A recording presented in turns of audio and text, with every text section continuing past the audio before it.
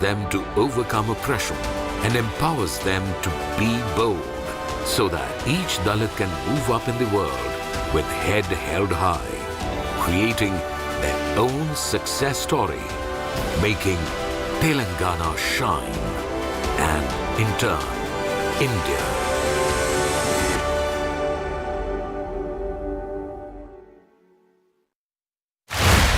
As State of War Karnataka kicks off, Karnataka's rulers and challengers, Karnataka's superstars and dreamers, Karnataka's very body and soul, come together on Karnataka's premier stage. Every voice, every issue, every debate. This is what Karnataka wants. India Today Karnataka Roundtable, 22nd April, Bengaluru. Presented by RP Sanjeev Goenka Group, Growing Legacies. Co-presented by Macho Hind, Bade Aaram Se. The all-new Hyundai Verna, futuristic, ferocious. XP100, India's first 100-octane premium petrol.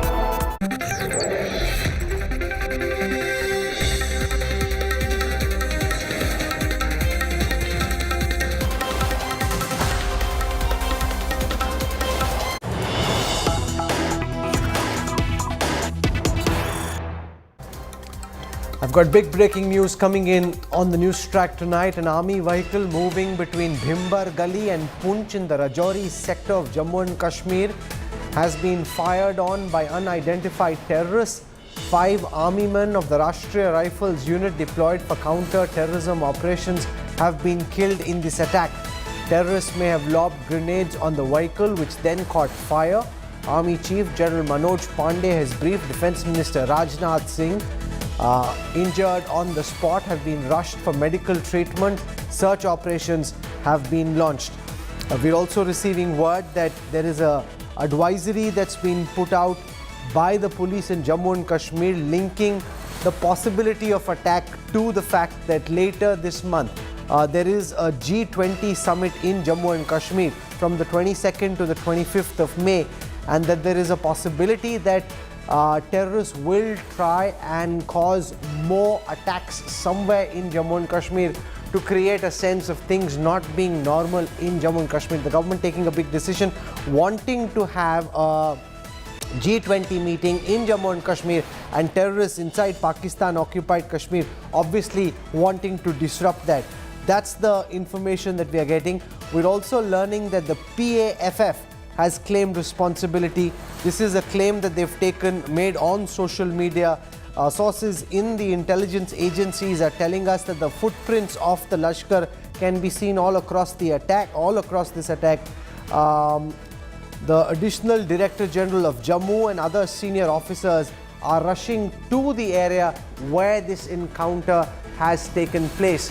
Remember, a vehicle caught fire. It was initially thought that something went wrong, which is why that vehicle caught fire. But now it turns out that that was a terror attack. 5 army men have been killed. It's being said that the terrorists used an explosive device at this vehicle, and that's how the vehicle detonated and caught fire. We're also being told that there is a heightened possibility of more terror attacks in the Jammu and Kashmir region in the build-up to that big G20 summit.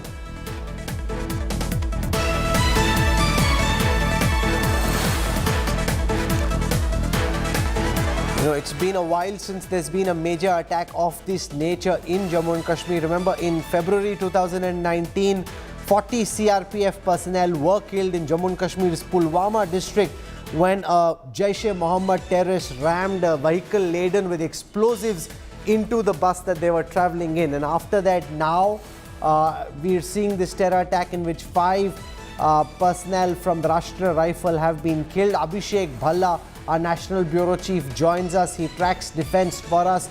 Abhishek, a big disturbing story. This, an army vehicle attacked by terrorists in Rajouri, 5 personnel killed. Initially, this was thought that the vehicle caught fire. Now the army confirming that this is actually a terror attack. Yes, Rahul, a terror attack, and a very well-planned one is what sources are telling me. In fact, first there were bullets fired at this vehicle. This was a single vehicle that was moving from Bimbar Gali. It was a Rashtra Rifle personnel. Rashtra Rifles is the main force that combats terror in J&K, and there were 6 personnel in the vehicle.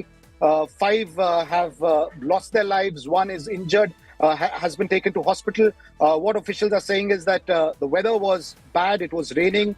The visibility was low, and perhaps that's the reason why the terrorists in the area found this to be the right time to strike. And after firing bullets, they have thrown grenades at the vehicle. This is what amplified this attack, and there was a big fire that the vehicle caught, and which resulted in 5 personnel dying. What do we know about the People's Anti-Fascist Front, the PAFF, which at least on social media seems to be claiming responsibility for the attack? Remember, intelligence agencies tell us that this is linked with the Jaish-e-Mohammed, the PAFF. What do we know about their involvement in past terror attacks, Abhishek?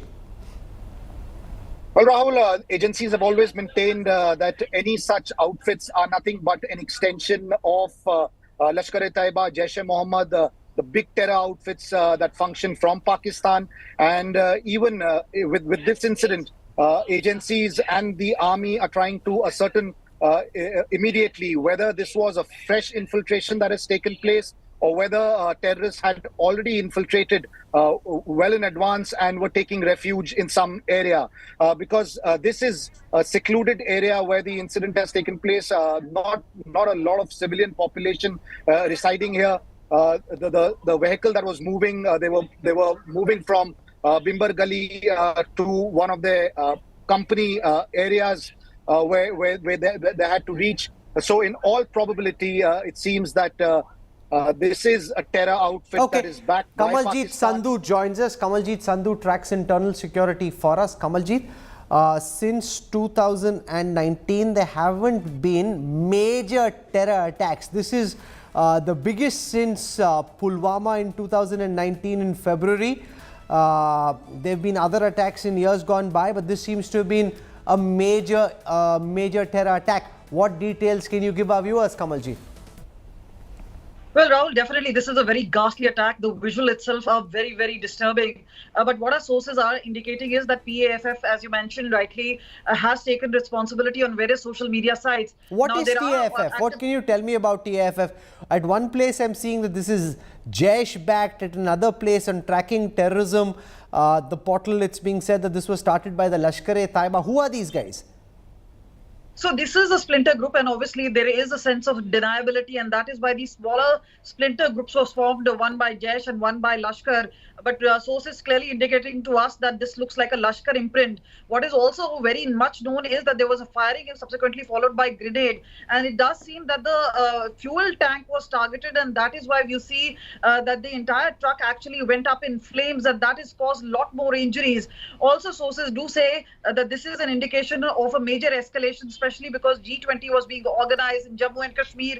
It's a matter of great prestige. However, in the recent past itself, the Union Home Minister had taken a meeting on the G20 security issues. It was supposed to be one of the big things. Also, that there was a direction coming in from Home Ministry that there has to be zero terror. Now, that is a very, very high value target as far as this, because obviously even as far as crime or something like terror is concerned, zero target has been kept as far as our sources indicate. And meanwhile, this is a sort of thing which has come, and obviously we know that as far as drugs, as far as weapons, IEDs, a whole lot of things have been coming across the border, especially via drones. And now we see a major escalation in terms of an attack taking of this kind.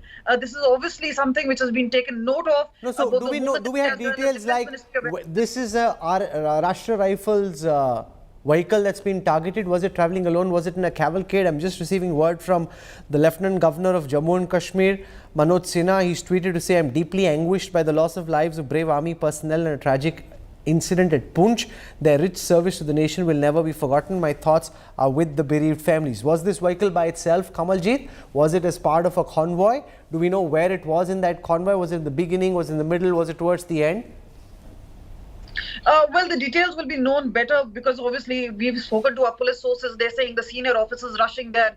But yes, this vehicle was targeted, and it does seem like a very planned attack, and it does seem that there was an ambush style attack which has taken place, followed by a grenade attack. and that is where we have to know whether the retaliation took place. So these details will emerge in some time from now, but senior officers telling that, including ADGV Jammu and the rest of the officers rushing to the spot, and obviously this is something which is being taken note of. Usually convoys of this kind do not go alone. They usually have a cavalcade of sorts. But remember, as far as the ROP is concerned, the road opening party, the other safety aspects are taken into consideration. Now, in the past few months or so, we've seen there have hardly been, and we've seen the earlier of the year, beginning with the Rajouri terror attack, where Hindu minorities were targeted in the Rajouri area. But meanwhile, this is the second big attack of this particular nature which has taken place, and obviously forces will take into consideration. We've seen there have been earlier demands that forces should be removed, especially from areas which are safe and secure. But obviously, Jammu and Kashmir is obviously a different ballgame altogether. It's one step forward and two step backwards. This is obviously seen as an escalation. But yes, the planning and plotting, where has it been carried out? Was it from across the border? Remember, as far as terror organization are concerned, Jammu Kashmir Police intelligence sources saying that they're down to 50 and handful of foreign terrorists there. But this looks like a very, very well-planned attack. And just stay with me. I've got access to an intelligence bureau advisory put out largely to the Jammu and Kashmir police. I just want to read from this advisory. As per reliable sources, there is growing frustration in POK authorities regarding the G20 summit to be held in Kashmir. It's also learned that announcements are being made in mosques, loudspeakers in POK exhorting volunteers to join the Jihad Brigade in Kashmir for a limited period. The announcement said that those willing to cross over will be trained and equipped with arms to disturb the G20 summit in Kashmir. Though the appeal is likely to have less impact, but the possibility of smaller groups being motivated and pushed across to this side cannot be ruled out. It is likely that there may be a surge in infiltration bids in the days to come. That's a big concern. Abhishek Bhala, the fact that there is this big G20 summit, what details do we have about the nature of this summit? There are different meetings taking place in different parts of the country. What's happening in Kashmir on the 22nd and 25th of May between that time? Well, just last week, there was a big security review done by the Home Minister himself, where several senior officers from the security apparatus were there, and they briefed the Home Minister on the kind of security measures that are being taken place. And yes, there has been a flurry of intelligence, in fact, linked to the G20 events that are taking place in Kashmir. All of these advisories, these intelligence inputs say that they could be targeted, attacked by Pakistani-backed terrorists. Now, if we are to just look at some of the recent intelligence and security reviews about the security situation in Kashmir, they have been reiterating the fact that there is, in fact, a lot of frustration amongst the terror groups, different tanzeems, because they have not been able to carry out a big, spectacular kind of terror attack like the one happened in Pulwama. Also because there is a reiteration of ceasefire for almost 2.5 years now. The LOC has been largely peaceful. It's calm. We are not hearing of the big artillery guns booming at the line of control or shelling happening in civilian areas. That too has impacted infiltration attempts from the other side, even though attempts have taken place, but they've mostly been thwarted. This is what officials have been telling us over the last few months. So two disturbing things. One, this big terror attack, 5 army personnel killed. Remember, when there is peace for a relatively long period of time, oftentimes we've seen in the past that the level of security preparedness tends to come down just the odd notch. It's only human nature that would happen, and now terrorists have attacked this vehicle. 5 personnel are killed, and we also have a situation where there is a G20 meeting taking place in Jammu and Kashmir next month, and ahead of that you've got a very tense period where there will be efforts to infiltrate more terrorists in and try and create some havoc, because the Indian government and the Jammu and Kashmir authorities would like to show that there is a sense of normalcy, that tourism is booming, that Jammu and Kashmir is developing, and the terrorists will be determined to show that this is actually not the case. So there will be a period of this face-off, which we will have to be very, very mindful of between now and say the 22nd of next month, which is when that G20 meeting will take place in Jammu and Kashmir. 5 personnel from the Rashtriya Rifles have been killed. It's being told to us that there was a grenade or more grenades that were fired. The exact nature of this attack is unknown. Was the RNR able to push back, fight back? The status of these terrorists isn't known yet either. But what we do know is that 5 army personnel of the Rashtriya Rifle have been killed in this terror attack, one of the biggest attacks in recent times. Remember, there have been pinpoint targeted killings of Abhishek minorities in the recent past in places like Rajouri and elsewhere. This kind of a major attack where 5 RNR personnel are killed in the same attack. This has actually not happened for quite a few months now. That's right, Rahul. There had been a lull as far as these kind of targeted attacks against security forces are concerned. Yes, there have been targeted killings of Hindus in Kashmir. In fact, that's been one of the biggest security challenges for this government of late. But what I can confirm, Rahul, now just getting some more updates about this particular attack. It was in fact a single vehicle that was traveling. It was not a convoy. It was just one vehicle with 6 personnel that were traveling from Bimbar Gali to the location of their company. And that's where this attack has taken place. So it's not a convoy. It's not a situation where a huge mobilization was taking place. It's not being called largely a civilian kind of area, although in this area there are civilians residing, but it's a secluded area. Bimbar Gali is quite secluded from a civilian population. It's usually military movements that happen over here. And the confirmation that we've got now is that this was that just happens oftentimes. Usually when there's a terror attack like this, now for a long time there will be no single vehicle movements allowed. But then when there is peace for a long time, exceptions are made and single vehicles move of the kind that did in this area, and that's where these 5 Rashtriya Rifles personnel were killed. So the G20 meeting that I was talking about runs from the 22nd to the 24th of May. It's in Srinagar. It's a tourism working group.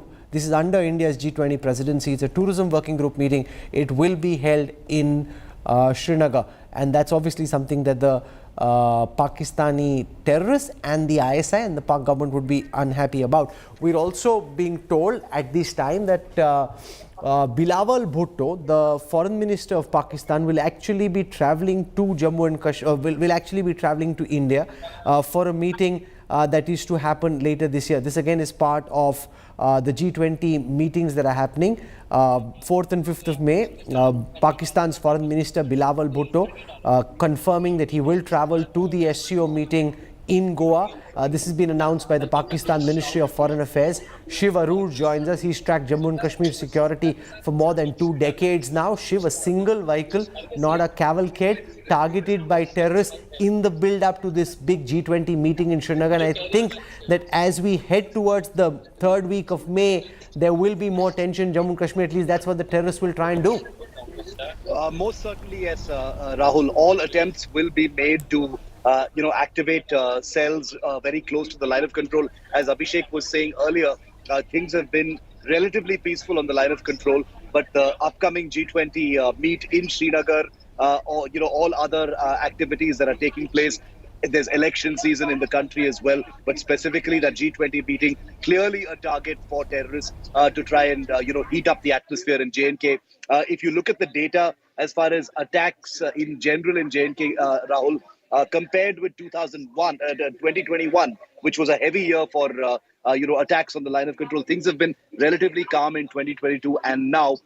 But this particular attack is actually the 3rd so far this year on an army convoy, and that's something that's very disturbing. It also proves that road opening parties, as rigorous and meticulous as they are, they cannot always, completely sanitize these extremely sensitive routes. And if you look at the terrain, Rahul, this is typical terrain that terrorists have used in the past as well to target army or paramilitary convoys. It's a hilly area. There are elevations very close to the road. It's a heavily wooded area as well, We're told that when this attack happened, it was raining quite heavily as well. So visibility would have been pretty poor, even in keeping with a road opening party. So all clearly, the imprint of the Lashkar may be there. The J&K police's intelligence input to the army that we reported a few days ago, clearly evident in what we're looking at and reporting here right now. Okay. I'm also being told that there is a hailstorm in different parts of the district, and therefore search operations to that extent are being impacted by the fact that there's heavy rain and hailstorm. They're looking for terrorists in the dense forests of Rajouri and Poonch. A cordon is in place. They're looking for the terrorists who perpetrated this attack. The area has been sealed. Vehicular movement in that area has now been stopped. So vehicular movement going to where, remember, I've been to Bhimbar Gali once. It's a very densely wooded area and the roads are very narrow, steep incline. So they've picked an area where the population density is relatively low and they've then sneaked out into the forest. And now the Indian Army is out to try and catch these terrorists. We'll keep tracking the story very closely here on India Today. I want to shift our attention now to Karnataka, and what we've been doing is bringing you all the latest from the battlefield. In this particular part of our broadcast, we want to focus on the numbers, the maths. I'll have some very sharp political minds joining me to talk about the state of play as it stands at this moment, and we've been working with the data intelligence unit at the India Today group to give you sharp insights into where this battle seems to be headed.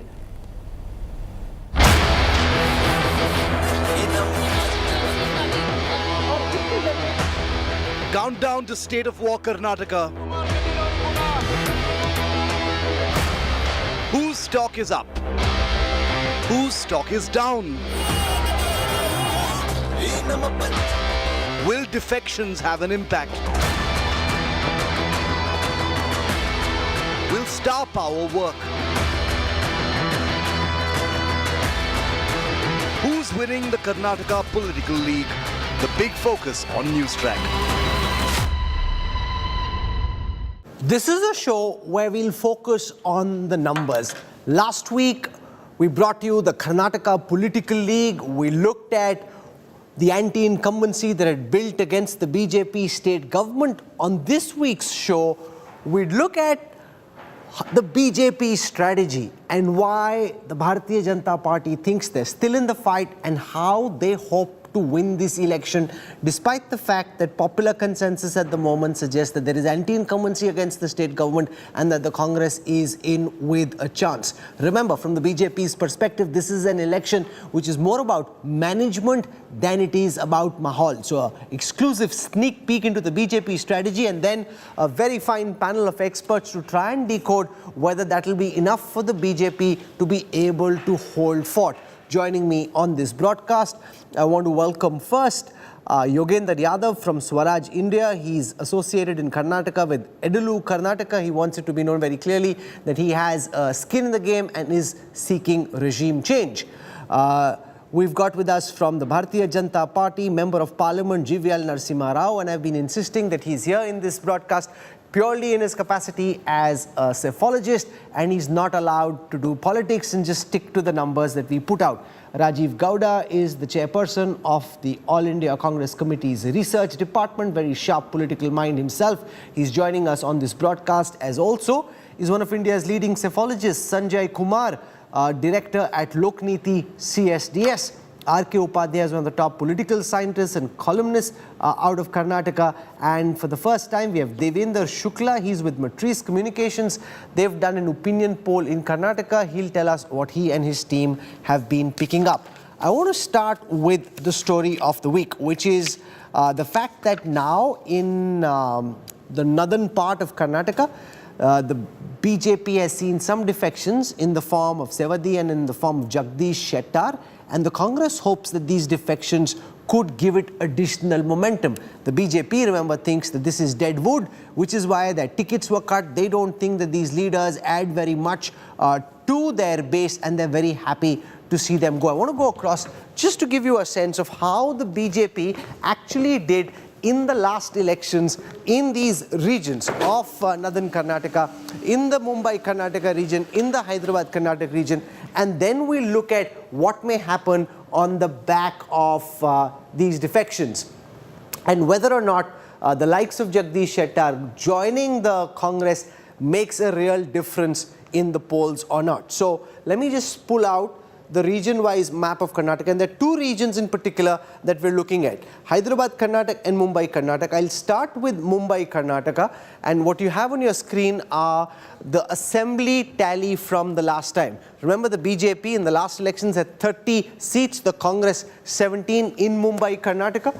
It's traditionally and typically been a stronghold of the Bharatiya Janata Party in recent elections. Then we'll come to Hyderabad, Karnataka, where the Congress did better. Even though the Congress came second in the last elections, the Congress in the Hyderabad, Karnataka region was actually ahead, picking up 21 seats versus the BJP's 15. So this is the starting point as we get into polling on the 10th of May.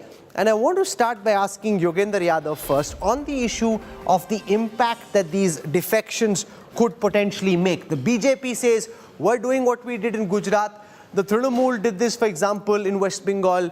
Get rid of your old guard, which has anti-incumbency against it, to the extent possible. Bring in younger faces.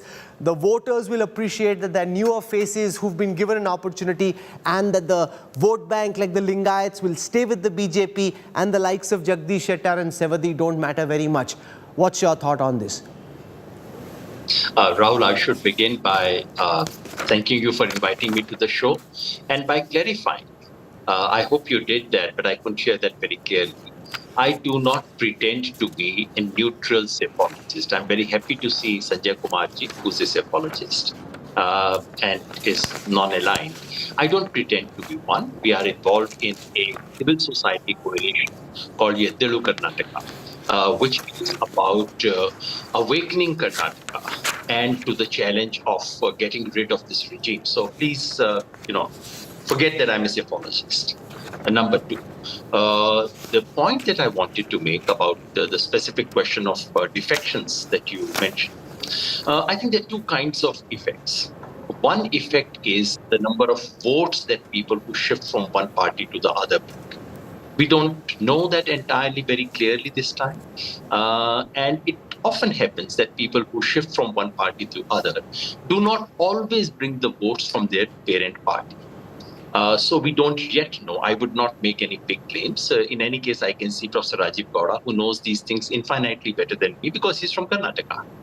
I would think let's focus on a larger effect. The other effect is very serious demoralization.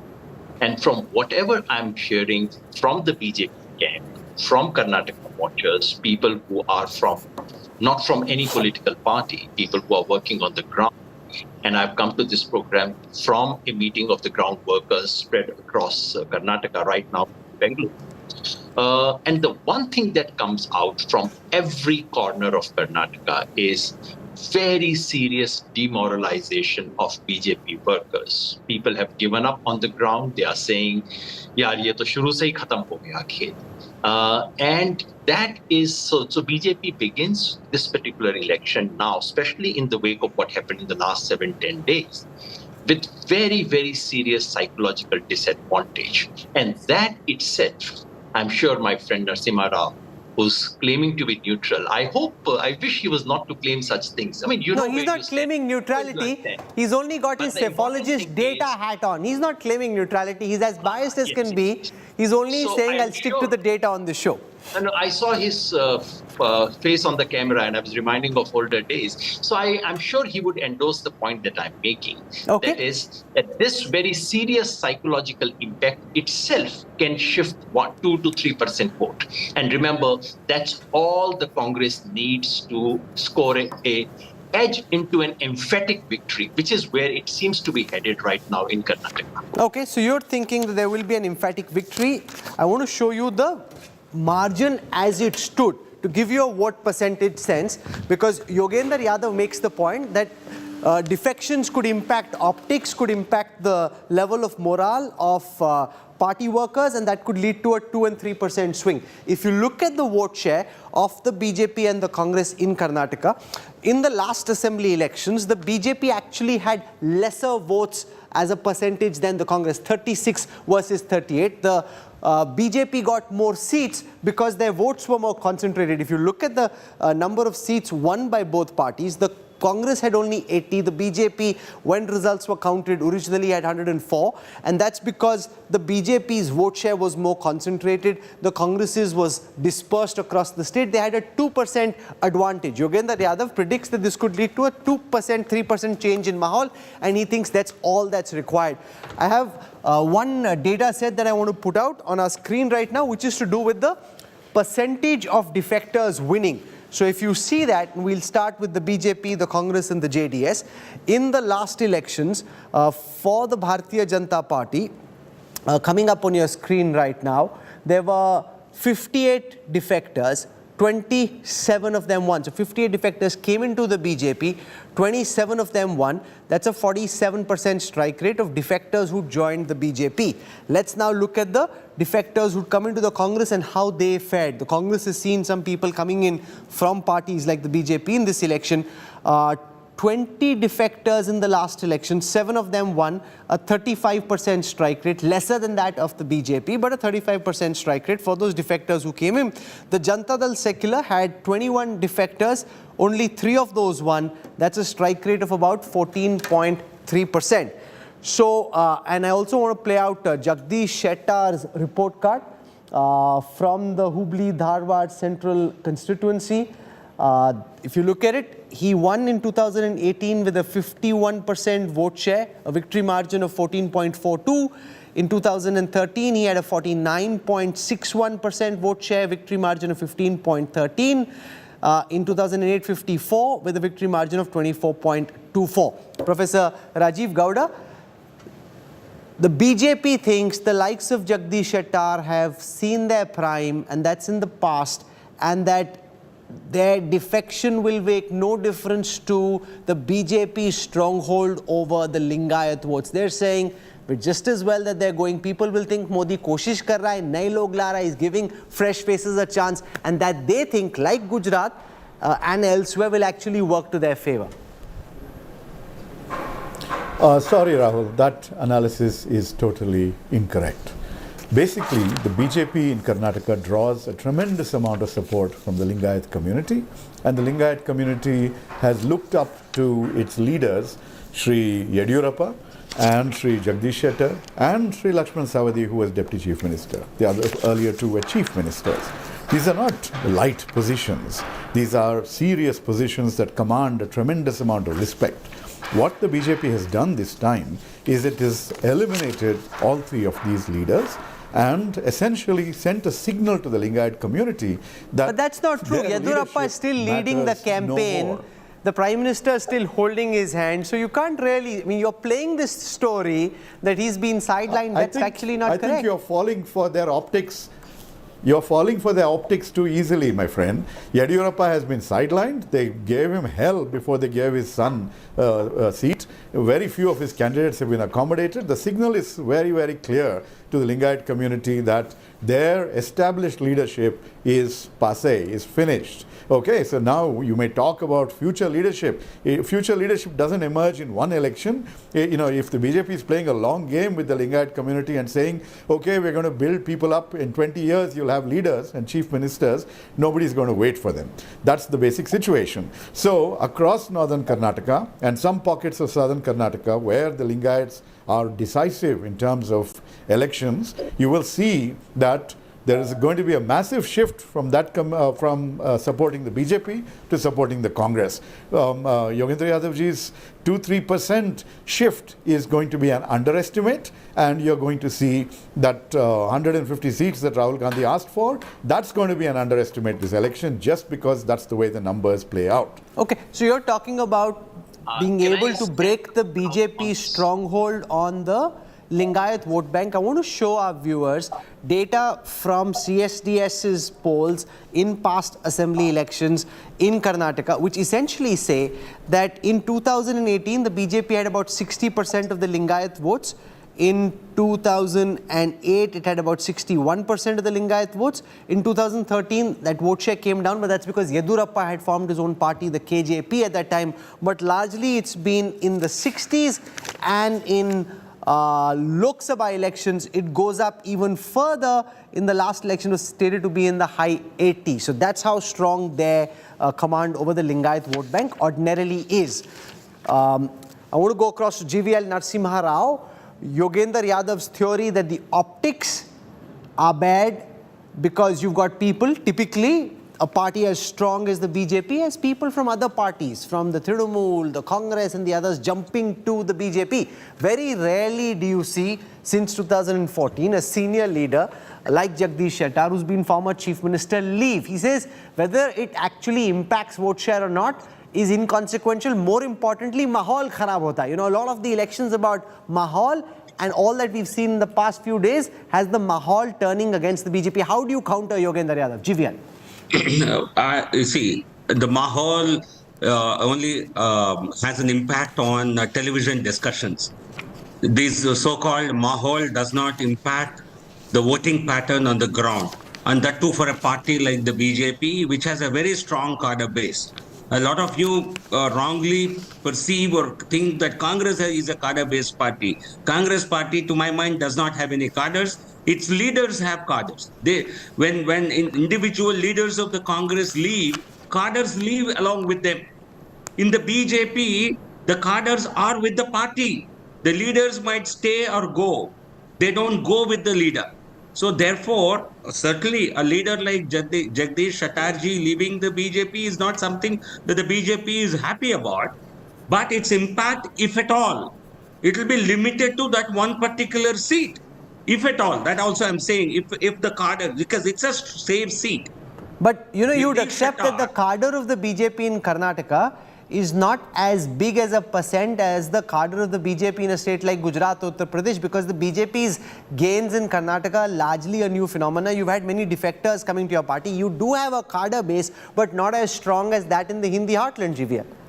No, but relatively we have a much stronger cadre base than any other party. It's all, we are talking about a state in cadre strengths of relatively different parties. Please understand, if a Congress leader leaves, cadre leaves with him. In the BJP, if a leader leaves, he leaves alone. He doesn't carry the cadre with him because the cadre has an ideological connect with the BJP. Yogendra Yadav has his hand up. I'm going to get him to give a counter to this, that the BJP is a cadre-based party, and therefore the departure, even of a high-profile neta, and we've seen this in the case of a Kalyan Singh or even an Uma Bharti, who are much bigger netas than Jagdish Shettar ever was, didn't really impact the vote structure of the BJP. The neta goes, the cadre stays. The cadres are linked to the ideology, not to the individual. Yogendra Yadav ji. I first wanted to clarify, Rahul, that when I spoke about 2 to 3% swing for Congress, it was not from 2018.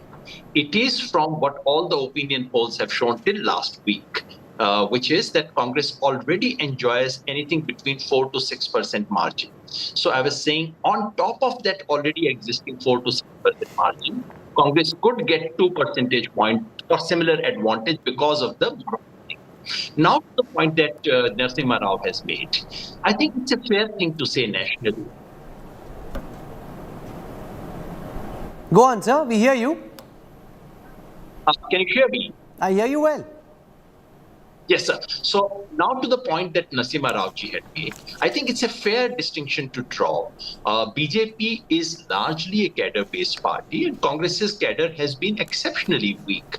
Although I should underline the fact that in Karnataka, this distinction is much, much weaker. Please remember, Congress in Karnataka is still one of the deepest entrenched party for Congress anywhere in the country. So if you look at Congress around the country, Karnataka is probably one of the places where it's more deeply entrenched than anywhere. And BJP, compared to BJP elsewhere in the country, is most weakly entrenched in Karnataka. So let's remember that the contrast is not that big.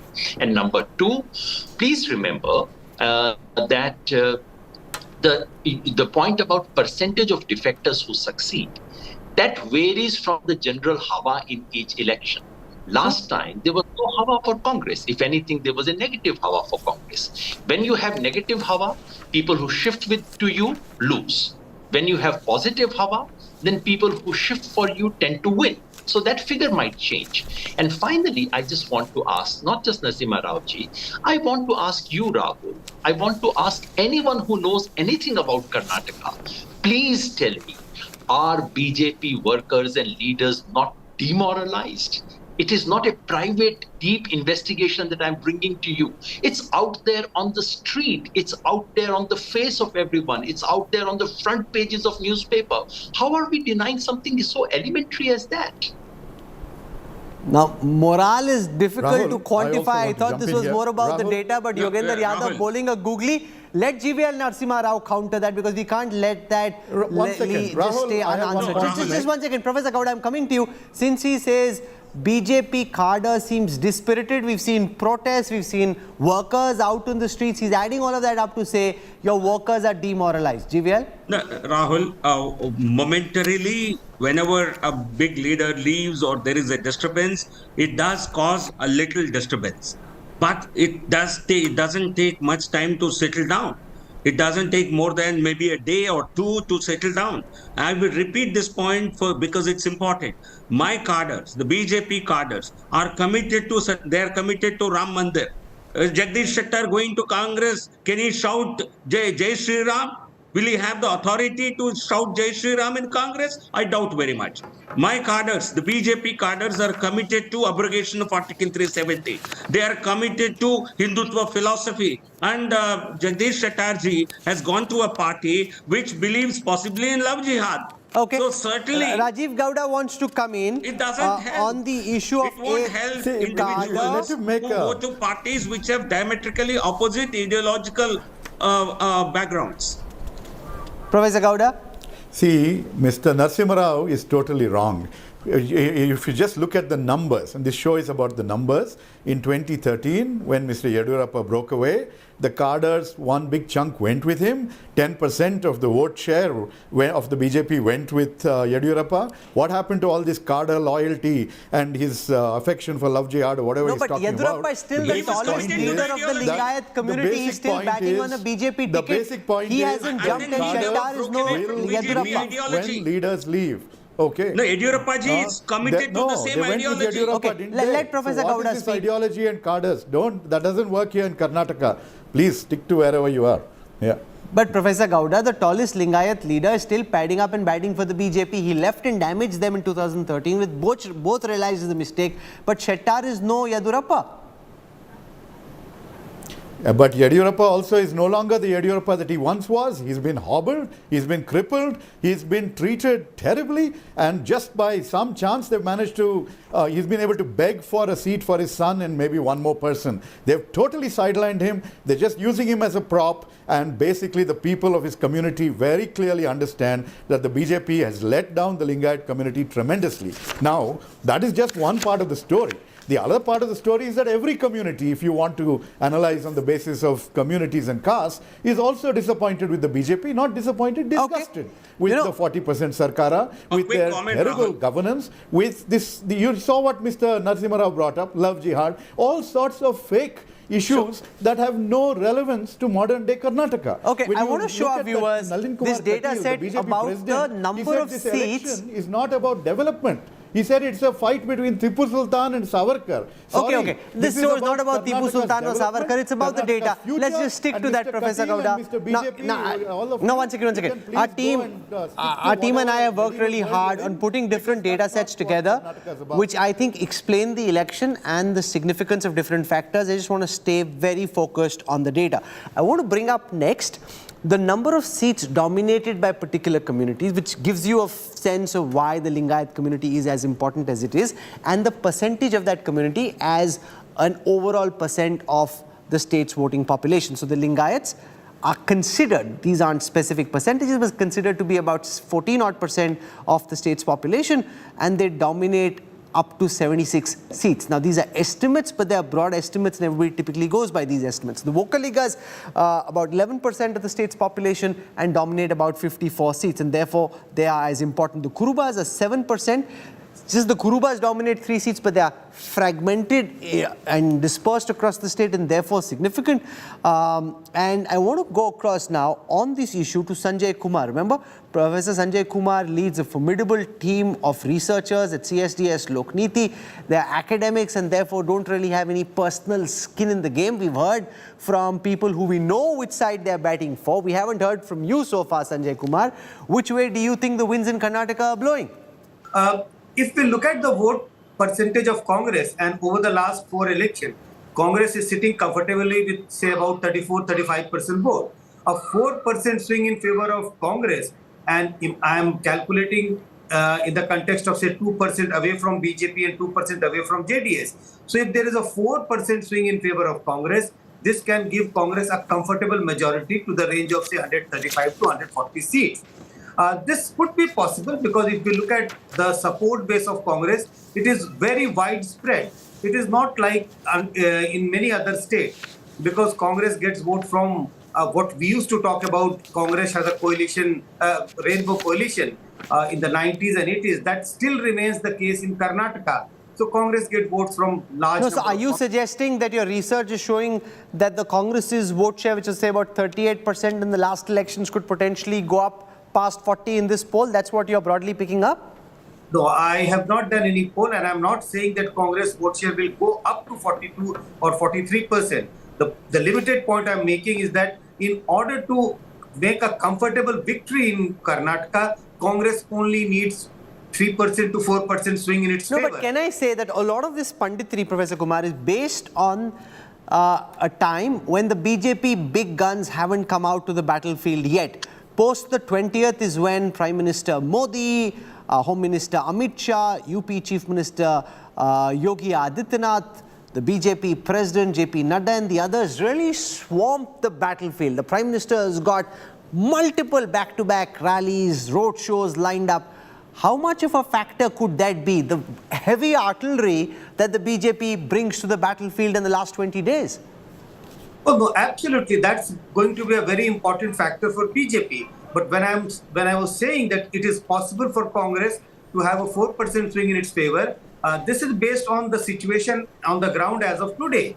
Yes, I agree that the names which you have already taken, when they come for the campaign, they can make a huge difference for Let me BJP. put that same question to Yogendra Yadav, because a lot of the analysis is based at this moment when the nomination process is still on. The tickets were decided. There was a bit of intransigence in the party after that. That's now being settled. And this is where the BJP brings the full might of the most formidable election machine modern India has seen. How much of a difference could the presence of the Prime Minister and his key generals in the battlefield in a concentrated fashion in the last 20 days make to the end outcome on the 13th? Yogendra Yadav. Rahul, this would have been relevant if this was the first time BJP was using all this artillery, as you call it, in the assembly election. It so happens that BJP has used it every single time. So the 38% vote that BJP had last time takes this artillery into account. It is by using all this that BJP has reached where it's reached. Please remember that after using this artillery and everything else, BJP has never got a simple majority in Karnataka ever before. And the only way in BJP has formed the government is through that dirty backdoor Operation Kamala. So please remember, this is not for the first time that Mr. Modi is going to campaign. This is not for the first time that Mr. Amit Shah is going to campaign. Yes, this might be the first time that Mr. JP Nadda is going to campaign in a big way, but I'm sure in the studio, you may not find anyone, not even from the BJP, who would say Mr. Nadda is going to swing votes in Karnataka. He has already taken a few votes away from BJP in Karnataka by saying what he has said. So all these are standard given factors. And if there are some artillery on the part of the BJP, I'm sure Professor Rajiv Gowda would tell you the artillery on the part of the Congress. I do not know of any leader in Karnataka who can draw the kind of crowds that Mr. Siddaramaiah can. Okay, let me put that question to R.K. Upadhyay. The comparison between what we'll see... Okay, let GVL... Because I've got guests I haven't had a chance to go to, so I'm keen on going to them. Comment. Okay, very quickly. Yes, sir, go on. Yeah, our campaign is certainly led by the Honorable Prime Minister, who is certainly going to be the face of the campaign. But that does not take away the fact that our organizational leaders, be it National President Mr. Nadda, who they have a big role to play. You just because you don't like BJP, Yogendra, it's not expected that you will make such uncharitable comments. He certainly has strengthened the organization. He leads the party in an organizational way, and everybody contributes to the campaign. Certainly, some leaders become face of the campaign, some become organizational leaders. And in another important point, Rahul, I think we have been talking about caste here. Lingayat. You see, BJP is in power, Lingayat will be a chief minister. Is the Congress willing to say there will be a Lingayat chief minister? I want Gowda to answer this. Certainly, the Lingayats will vote lock, stock, and barrel for the BJP because the only chance of having a chief minister from Lingayat community is with the BJP, and that's what matters. It does not matter which second, third rung leaders lead. Okay, you know what? We did a conversion of Lok Sabha vote share into assembly trends. So what the BJP needs to do in the next 3 weeks somehow is to make this about Prime Minister Modi and to bring in national factors to somehow turn this into, like they did in Gujarat, a battle of prestige and bring that trump card to the play, which is Prime Minister Modi. In the 2019 Lok Sabha elections, the BJP had 51.75% vote share, the Congress 32.11%, the JDS about 10%. Converted into assembly trends, the BJP would have won 170 out of the 224 seats in Karnataka. The Congress would have won 36, the JDS 11. So they somehow, remember this is an assembly election, so it's not really a national election. Most voters can tell that difference, but the BJP will seek to make this as much as possible about more than just Karnataka, more than just local state government-led issues. R.K. Upadhyay, this point about the comparison between the firepower that the BJP will now bring. Every minister being sent there, leaders from different parts of the country, in smaller districts, in towns, micromanaging the campaign. The Prime Minister himself, Amit Shah, Yogi Adityanath, JP Nadda, the entire galaxy of BJP top guns up against the likes largely of Siddaramaiah, Shivakumar and the Mallikarjun Kharge and the Congress Karnataka brass. The argument Yogendra Yadav makes is that the Congress does have good local leaders in Karnataka who are popular versus the BJP's big guns. To what extent will the big guns of the BJP be able to sway the results on the 10th of May? Rahul, I think it's going to make a very, very big difference. Just now I was hearing Yogendra Yadav ji saying that BJP cadre is demoralized and it's dispirited and all that. I'm just returning from Hubli.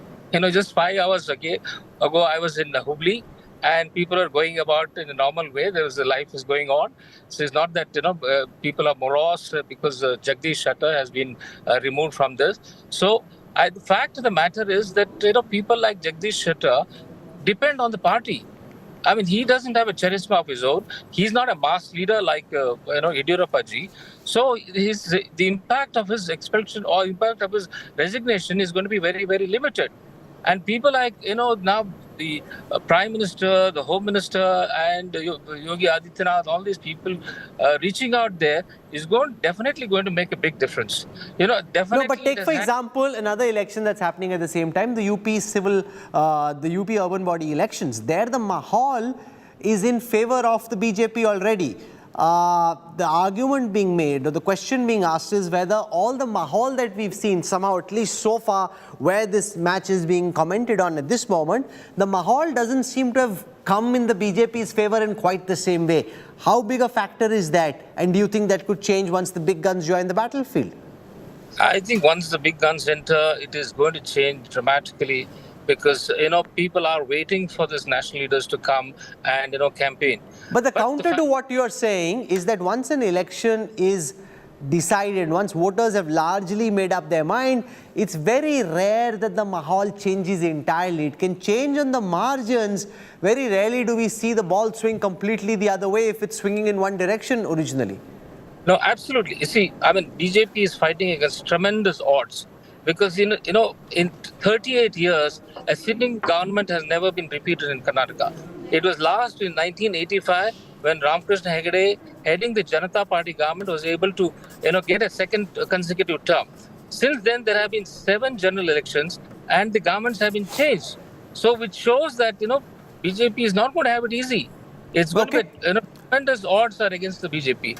But the fact that it's putting up a fight, and I feel that with another 3 weeks left, things could change. Right now, I would say the Congress is ahead. Definitely ahead of the BJP, but they are not crossing the magic figure. So that is where I feel that this could gradually change as the days progress. Okay, I want to go across to Devendra Shukla at Matrice Communications. They've done an opinion poll recently. आप अपने opinion poll के बारे में थोड़ा बताएं. जितना मैंने देखा उसमें जो common perception है अब तक उसके विपरीत आपका पोल ये कह रहा है कि आपके हिसाब से भाजपा कर्नाटक में जीत रही है. क्यों और कैसे? नहीं, कॉमन परसेप्शन से विपरीत हमारा पोल नहीं है. अगर राहुल जी आपने डेटा को ठीक से देखा होगा तो जैसे अभी योगेंद्र यादव कह रहे थे कि कांग्रेस अगर 40% वोट पा जाए तो वो यहाँ पहुँच सकती है. और जो लास्ट टाइम का जो वोट शेयर था कांग्रेस का 2018, 2013 और 2008 के डेटा को हमें देखना चाहिए पार्टी वाइज. अगर मैं ये कहूँ कि 2018 में कांग्रेस का वोट शेयर 39% था और कांग्रेस का वोट शेयर जो है 2008 में वो 34% था या 35% था. और कांग्रेस की सीटें 2018 और 2008 में सेम थी, 80 ही तब थी और 80 ही इस बार भी थी. बीच में एक इलेक्शन आया 2013 जिसमें कि 122 सीटें वो लेके आए, लेकिन वो जो वोट शेयर था वो 34 और 39 के कहीं बीच में 36 पे था. और ये 122 का जो आंकड़ा उनका आया था ये तब आया था जब येदियुरप्पा बीजेपी से रिबेल करके अपनी खुद की एक पार्टी उन्होंने फॉर्म की थी. और बीजेपी और उनकी जो पार्टी का वोट शेयर था वो अगर कंबाइंडली देखा जाए तो वो 30 के आसपास आ रहा था और कांग्रेस उस समय 36% पे थी. तो जो 122 का फिगर कांग्रेस के लिए आया था वो एग्जैक्टली किसी 36% के वोट शेयर के कारण नहीं आया था कि 34 से 2% बढ़ गए तो वो 122 पे पहुंच गए, ऐसा नहीं था. दूसरी एक चीज है कि अब अगर बीजेपी के आंकड़ों को हम 2018, 2013 और 2008 में देखें तो बीजेपी का वोट शेयर 2018 में 36% था, 2008 में 33% था. तो अगर क्या कहते हैं सिर्फ ये मान लिया जाए कि बढ़े हुए वोट शेयर पे ज्यादा सीटें आती हैं तो इसका मतलब है कि बीजेपी को 2008 की तुलना में 2018 में जो है सीटें वो ज्यादा आनी चाहिए थी, लेकिन ये तो हुआ नहीं. बीजेपी की सीटें 110 से घट के 104 पे घट के चली आई थी. आपका जो तो इस बार का ओपिनियन पोल है उसके बारे में बताएं थोड़ा. आपने जब डिस्कशन की देखिए मेरा जो ओपिनियन पोल था उसमें हमने कांग्रेस को सबसे बड़ी पार्टी के रूप में दिखाया था वोट शेयर के टर्म्स में.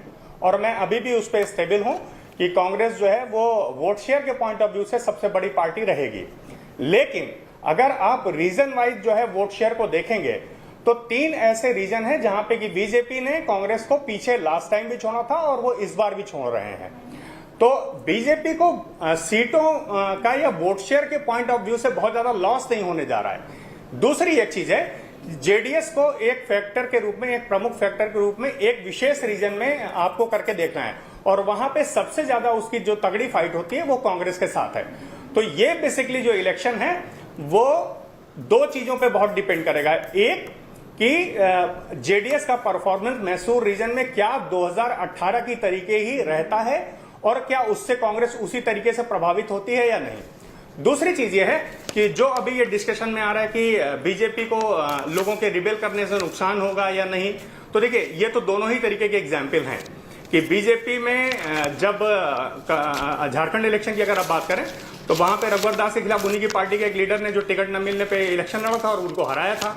लेकिन उत्तराखंड जैसे स्टेट में जहां पे कि एक बड़े नंबर जो हैं लोगों के काटे गए सीनियर लीडर्स के थे, वहां पे कोई इम्पैक्ट नहीं. Okay. So you made 2 important points: the role of the Janata Dal secular and the fact that what happens in the last 20 odd days. So let me put this question to Sanjay Kumar on the Janata Dal secular. Do you see the JDS largely hold on to where they were? On the screen right now, the JDS vote share in the last assembly elections, about 18%. Remember, a lot of that vote comes from the 64 odd seats of old Mysore. When converted into seats, the JDS starts out in this Karnataka election with 37 seats. In 2019, in the Lok Sabha elections, the BJP stormed even old Mysore and the JDS was reduced to a rump. The BJP thinks they've penetrated old Mysore quite a bit between the last elections and now, and they may do well like they did in the Lok Sabha elections. Or do you think it'll revert back to the typical formulation in old Mysore, which is JDS versus Congress? Or do you think BJP would have an important role to play in old Mysore this time? Sanjay Kumar.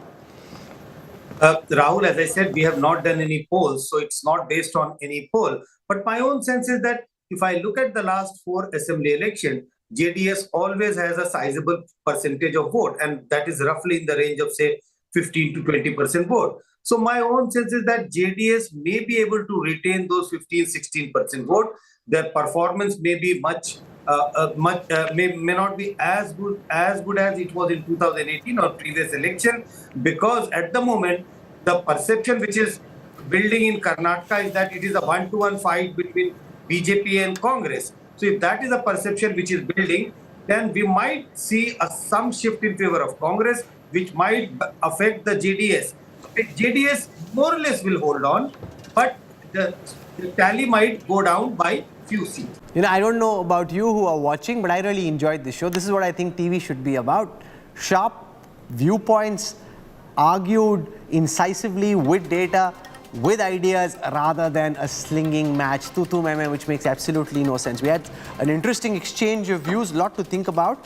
And remember, this is really the halfway point in some senses, because you've got the slog overs still left. Who's able to score more in the slog overs? Can the BJP pull it back from here, or can the Congress hold on to where they've reached right now without conceding no balls and wides? That's something the Congress has done in the past. Remember, they're up against a very formidable election machine. This is exciting. This is why we're so charged up, and this is also why we're going to Bengaluru tomorrow, because on Saturday we have the big India Today Karnataka roundtable, from the Home Minister to the Congress President, the BJP Chief Minister, Shivakumar, Siddaramaiah. The entire galaxy of central and state level leaders will be with us at the India Today Karnataka roundtable this Saturday. Do tune in for that. We have a special show tomorrow as well on the Newstrack. So a lot coming up. We're really charged up and excited. Thank you for tuning in, and I look forward to seeing you in Karnataka. Goodbye.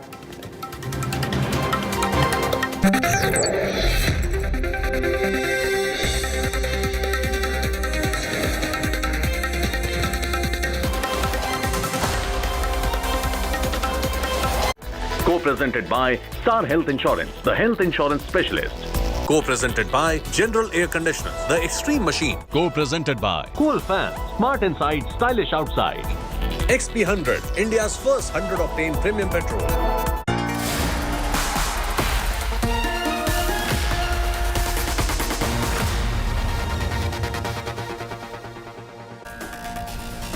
Good evening, hello and welcome. You're with the news today, your primetime destination. News, newsmakers, talking points. The big talking point, as Rahul Gandhi faces a setback in the Surat court, is he still the BJP's target number 1?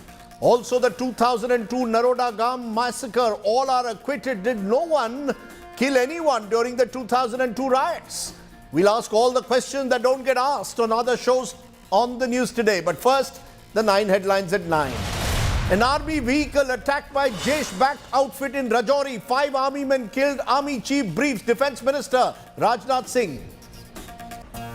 All accused, including ex-Gujarat Minister Maya Kodnani and Babu Bajrangi, acquitted in the Naroda Gam massacre case. 11 people had died in the massacre in 2002.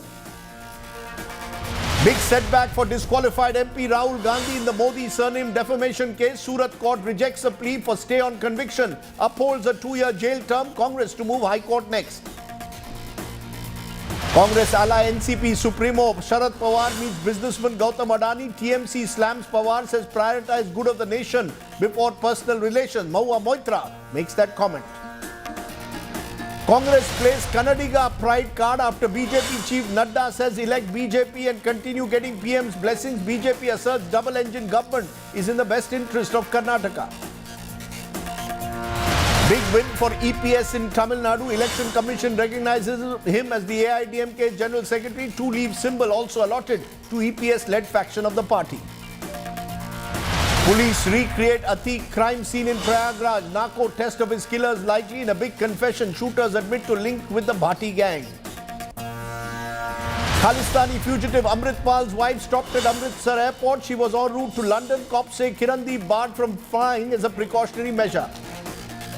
And Elon Musk's Starship, the world's biggest rocket, explodes during test flight. The rocket experienced an anomaly before stage separation.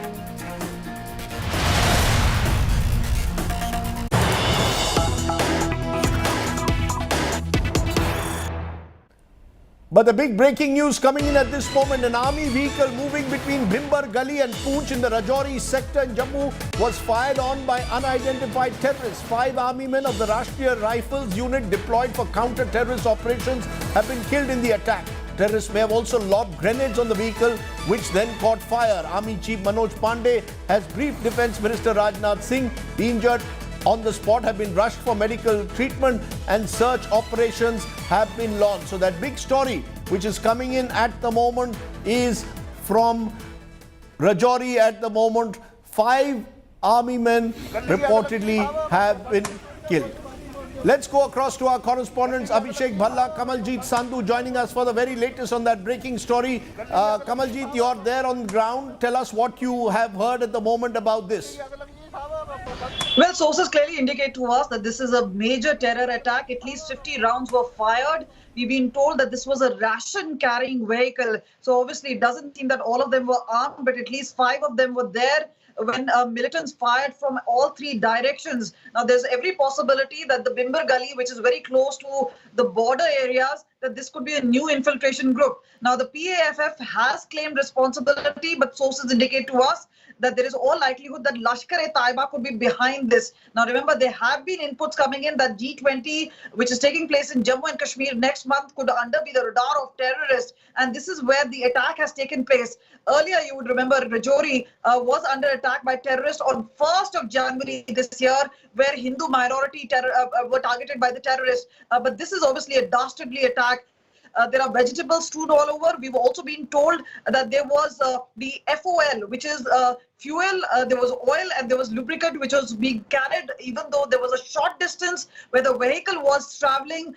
Meanwhile, it does not seem that there was any retaliation, because obviously it does seem that in the afternoon these were soft targets. They were not expecting any sort of terror attack.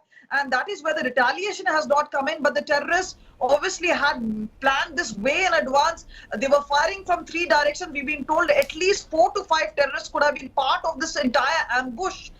Meanwhile, one person who survived is being rushed and obviously being treated. And it is only much later when the bullet holes were found. And that is when they actually realized that this was a major terror attack. And I'll just bring in... told senior officers have rushed to the spot. I'll just bring in Abhishek Bhalla at this moment, because Abhishek, we are told that the defense minister has been briefed. This comes as Kavalji just reported ahead of the G20 summit in Jammu and Kashmir next month. Is the connection being drawn, and who is being held primarily responsible?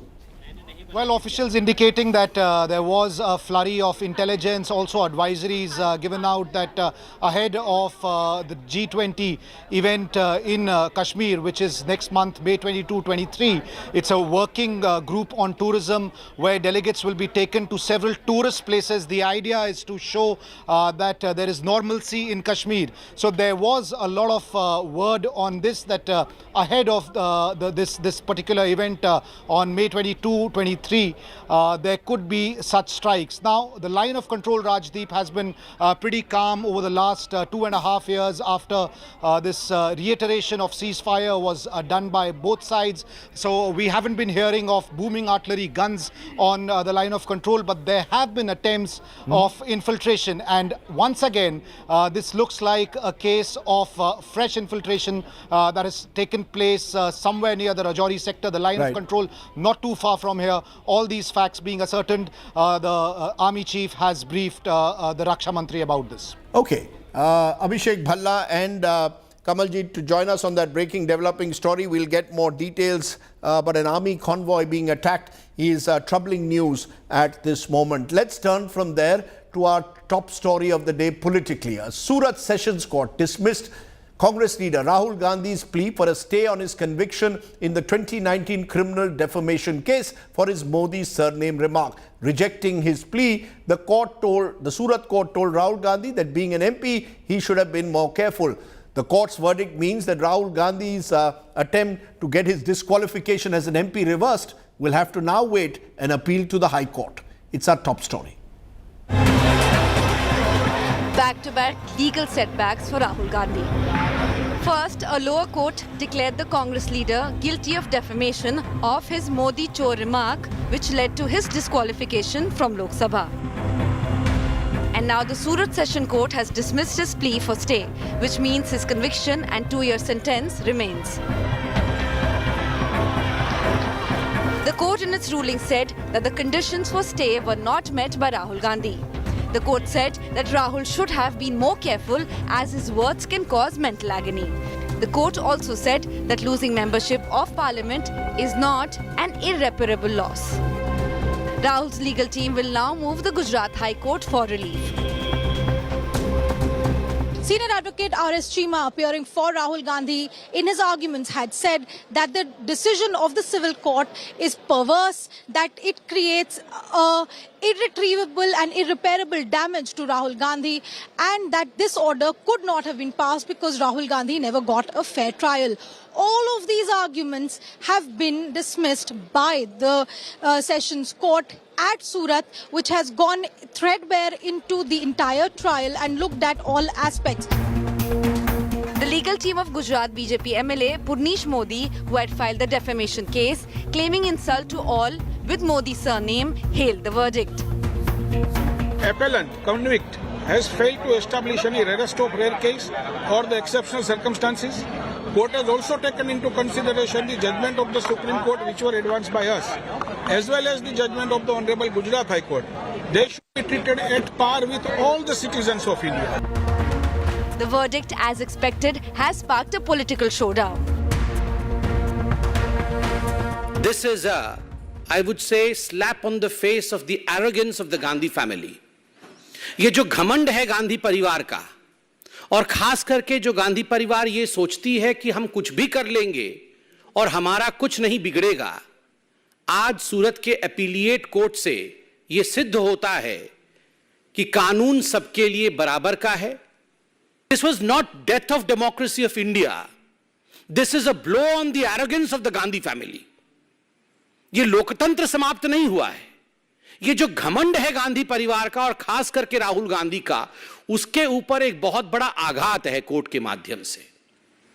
Voice of Rahul Gandhi is not to be silenced in the manner that the BJP thinks it can do. The BJP has been, in a sense, from Mr. Modi downwards to the government, to the ruling party, captured in a fear psychosis, if I may say so. They have unleashed lakhs of trolls and trollers against Rahul Gandhi. They sometimes threaten you with privilege notices, sometimes with suspension, but they do not know the stuff Rahul Gandhi is made of. They do not know the resilience of the Congress. Rahul Gandhi could be looking at a long legal battle ahead. His first aim will be to get a stay on the conviction, which will enable him to get his parliament membership back.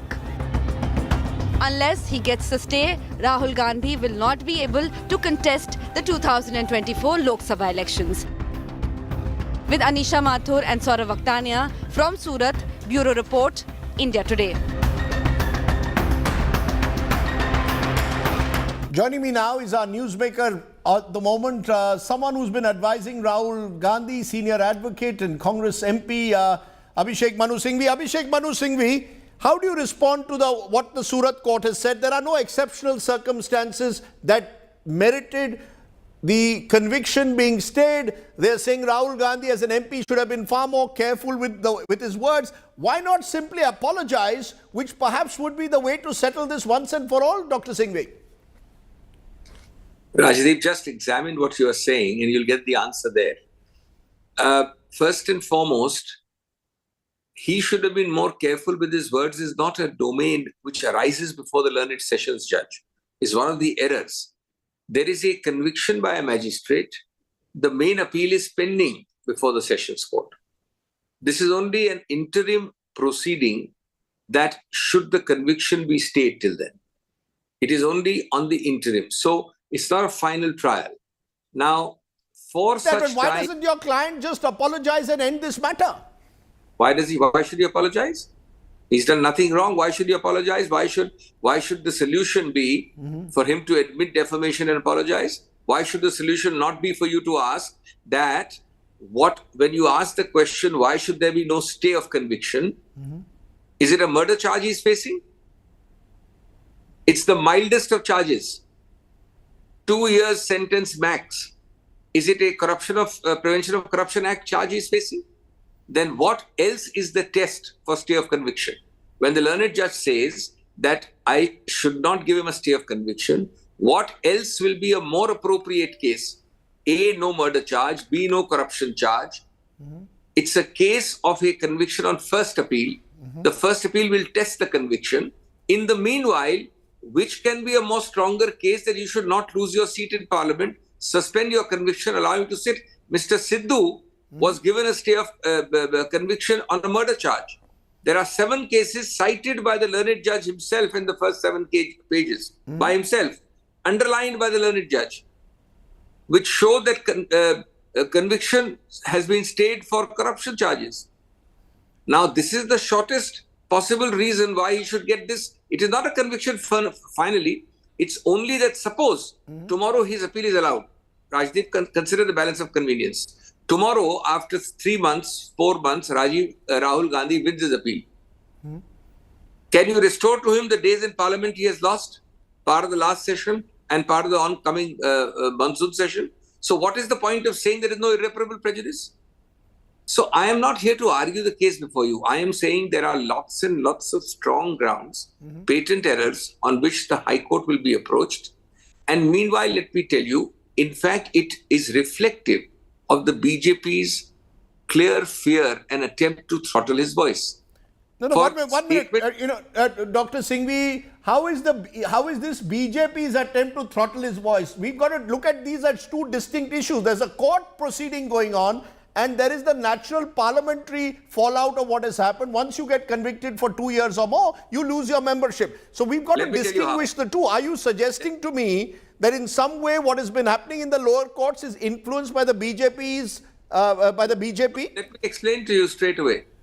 You have a political battle, fight it in a political discourse. Do you fight a political battle by getting 3 of your persons having the surname Modi in Ranchi, Patna and Surat file defamation cases? Is it not an attempt to harass? Is it not an attempt to intimidate? Is it not an attempt to silence your voice? You come back from abroad and you make an extraordinary precondition that Mr. Rajdeep, unless you first apologize, I won't allow you to speak in parliament. Have you ever heard of this? Say another condition that, look, I will give you privilege notices. I, as the ruling party, will disrupt parliament and not allow you to speak. I won't allow you to have a discussion on the corruption charges or the crony capitalist charges you are raising. I will first say that you apologize and then only will have that discussion. Now, are these not all attempts to stifle and silence his voice? That's the point I'm making. The point I am asking you is what the court said today. The judge said powers accorded under section 389(1) of CRPC to suspend, stay the conviction is required to be exercised with caution and circumspection. If such power is exercised in a casual and mechanical manner, the same will have serious impact on the public perception on justice delivery systems. Rajdeep, it's very interesting you're reading this. It is precisely what you're reading which is the error. Read the first 7. Now, we have shifted from politics to law. Let's stick to law for just 2 minutes. The first 7 or 8 pages which you are holding in your hand are only quotations from judgments. Have you noticed the lines underlined by the judge? He has underlined those lines to deny Rahul Gandhi stay of conviction. The lines say the opposite. One of the cases you are holding in your hand is Sareen's case. Yes. It says it's a case of corruption and therefore serious, don't state. Second case you're holding in your hand, the very lines you're reading, is Sidhu's case. And the learned judge underlined the lines. There was a murder charge where in fact it was stated. What the judge has done is he cited case law in principle without applying it to the facts of Rahul Gandhi's case and without noticing the stark contrast between what you are reading and Rahul Gandhi's case. So you are The drawing. second case